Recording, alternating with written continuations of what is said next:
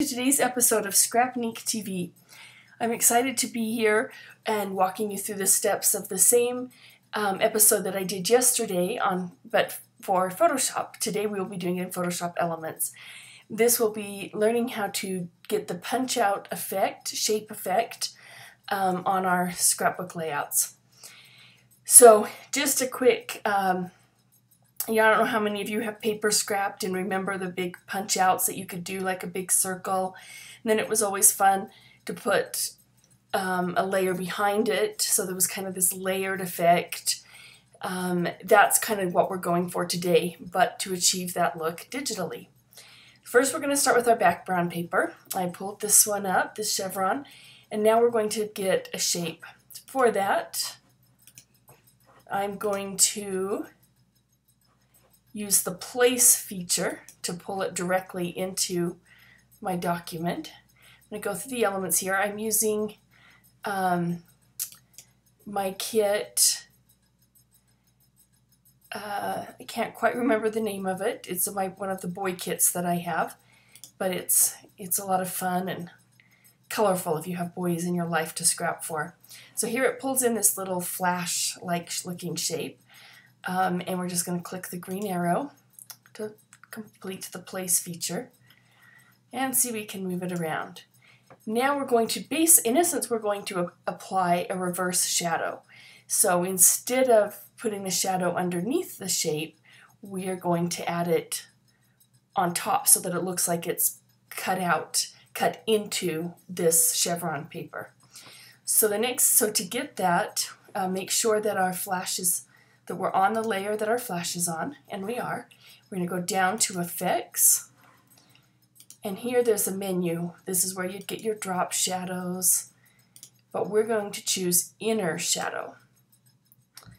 And we're going to click this middle one that says Low, and we double click it to apply.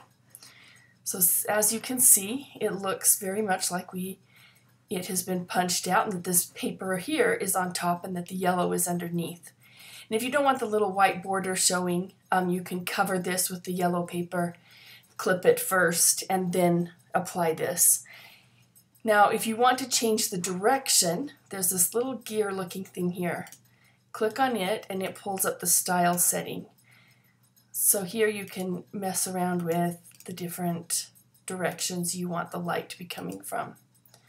We're going to go pretty close to 120. There you go. And that's all done. And the great thing about this is you haven't actually cut anything out of your big paper, so you can move this around. And if you want to add something, for example, when we go back to layers, highlight the background layer here, and we're going to pull in one of the little paints.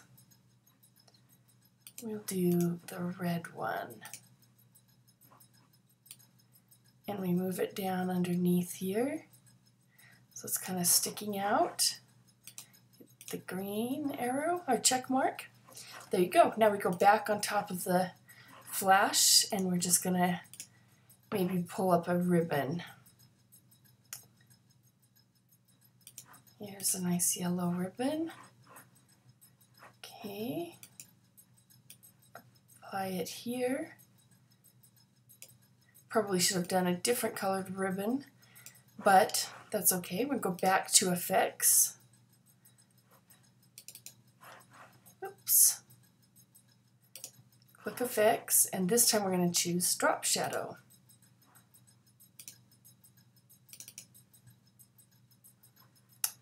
And there we go. And there again, if we want to have it have the same shadow degree, we can. We can also kind of mess with the opacity if we want it to be a little lighter. Distance. Size. There we go. So there you get the gist of how it looks with the punched out shape underneath. Hopefully this was helpful to you and a new skill that you hadn't done before, and I can't wait to see the different ways that you apply it. Thanks for joining us, and we will see you tomorrow.